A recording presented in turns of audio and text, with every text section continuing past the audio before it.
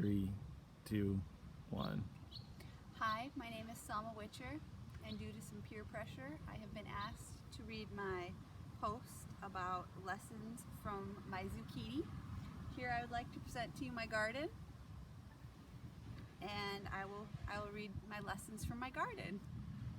I have always wanted to start a garden. I put it off for years because I was worried I would not do it right. I would not have enough time, energy to put into it. I like to do things 100% or not at all. I'm basically a perfectionist without the follow-through. A disaster combination, if you ask me. After my sister Anna kept giving me her extra zucchinis a few years ago, I questioned, how did she do it? How did she actually start a garden? How did she have time to weed and water? Her response shocked me. I don't weed, just when it's really bad. This seems insignificant, but it was a breakthrough for me. Could I start and see what happens?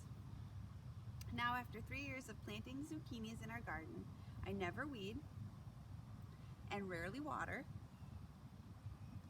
Our neighbors with a perfectly manicured garden don't quite understand. They're retired, they have a lot of time. I have more produce than I know what to do with.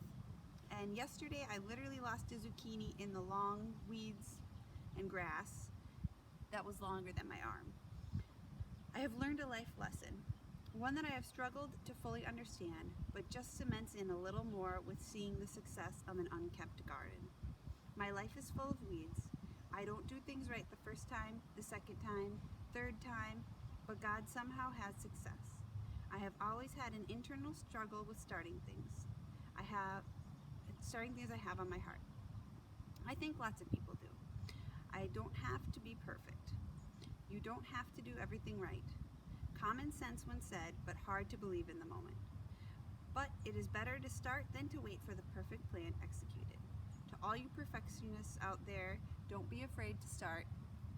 As my husband says, an 80% unplanned garden is better than a 100% perfectly planned garden, never grown.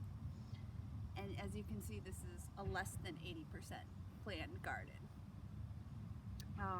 Good luck, and don't be afraid to start something new without everything being perfectly planned. Also, if anybody has any tips on how to not only have green tomatoes, I can only grow green tomatoes. And that's it.